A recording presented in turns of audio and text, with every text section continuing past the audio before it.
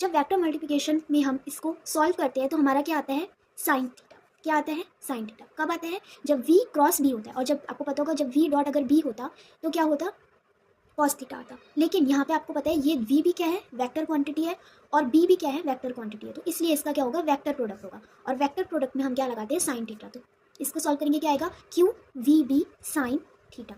ये हो गया आपका लॉरेंस फोर्स। तो आपका लॉरेंस फोर्स का फॉर्मूला क्या होता है, F is equal to q v b sine theta. ठीक है, अब इसकी हमारी जो है वो 3 केसेस आ जाते हैं। केसेस किसके बेस पे आते हैं, इस थीटा के बेस पर। ये कितना एंगल बना रहा है, जो चार्ज पार्टिकल है वो मैग्नेटिक फील्ड के साथ कितना एंगल बना रहा है, उसके बेस पर हम लॉरेंस फोर्स की केसेस निकाल सकते हैं। तो पहला केस होता है जब थीटा बराबर क्या हो, 0 डिग्री। 0 डिग्री कब होगा, जब ये इसके पैरेलल आएगा। ठीक है, पैरेलल का मतलब होता है कि जो मैग्नेटिक फील्ड है वो भी एक डायरेक्शन में है और जो चार्ज पार्टिकल है वो भी एक ही डायरेक्शन में मोशन कर रहा है। तो इसमें जो है वो थीटा क्या हो जाएगा आपका, 0 डिग्री। फिर आता है हमारा थीटा बराबर 90 डिग्री। 90 डिग्री कब होगा, जब चार्ज पार्टिकल हमारा मोशन करे मैग्नेटिक फील्ड की परपेंडिकुलर। ठीक है, यानी कि दोनों अपोजिट डायरेक्शन नहीं, बल्कि एक इस तरफ अगर मोशन कर रहा है तो एक इस तरफ मोशन करेगा। तो इस टाइप से हमारा मोशन हो जाएगा। ठीक है, तो इसमें क्या होता है हमारा, जब ये परपेंडिकुलर आता है, और जब ये हमारा परपेंडिकुलर होगा तब जो हमारा लॉरेंस फोर्स होता है वो क्या होता है, मैक्सिमम।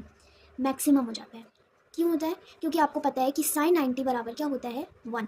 तो जब आप 1 साइन 90 की वैल्यू यहाँ पुट करेंगे तो हमारे पास क्या आ जाएगा, क्यू वी बी। और ये हमारा क्या होता है, मैक्सिमम होता है। ठीक है, नेक्स्ट आता है आपके पास, अगर थीटा जो है यानी कि जो चार्ज पार्टिकल है वो किसी भी मैग्नेटिक फील्ड में किसी भी एंगल पर मोशन कर रहा है, कोई भी एंगल बनाकर, वो एंगल 90 डिग्री नहीं होगा। ठीक है, तो उस टाइम क्या होता है हमारा, ये कोई भी थीटा एंगल बना देता है, थीटा बराबर थीटा, या हम इसे अल्फा भी कह सकते हैं। ठीक है, अब बात आती है कि इनके पाथ कैसे होते हैं। तो जब परपेंडिकुलर बेस पे आएगा तो इसका जो पाथ है वो कैसा हो जाएगा, सर्कुलर पाथ हो जाएगा। ठीक है, तो इसका पाथ क्या हो जाएगा, सर्कुलर पाथ।